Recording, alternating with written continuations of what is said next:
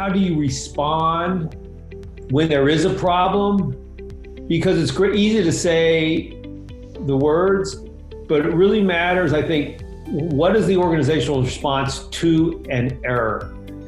Because without changing that, then we're not going to get any different behavior.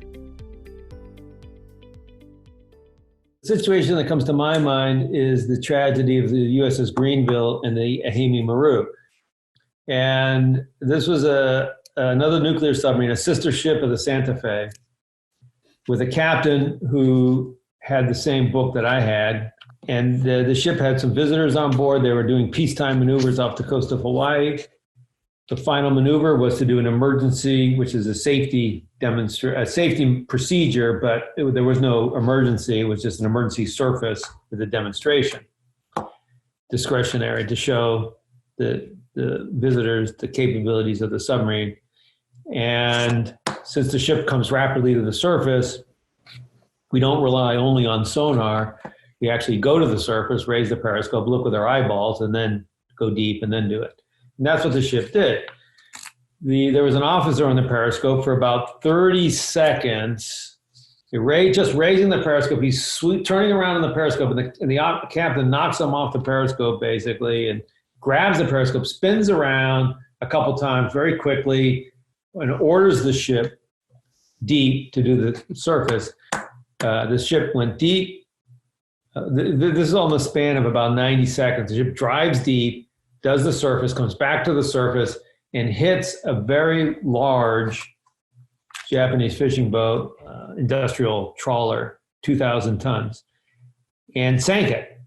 And 9 people died.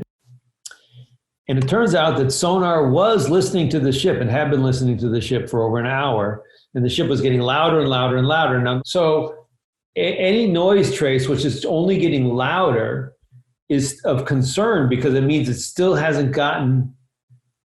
coming closer. In the computer where this person was analyzing where the ship could be, they had a solution which placed the ship at about a mile away, which means it would have been big as a broadside as a barn in the periscope, would have been easily seen, and it was inside the danger zone. And the ship should have aborted the mission. When the captain ordered the ship deep, this sailor had 2 minutes. 2 minutes.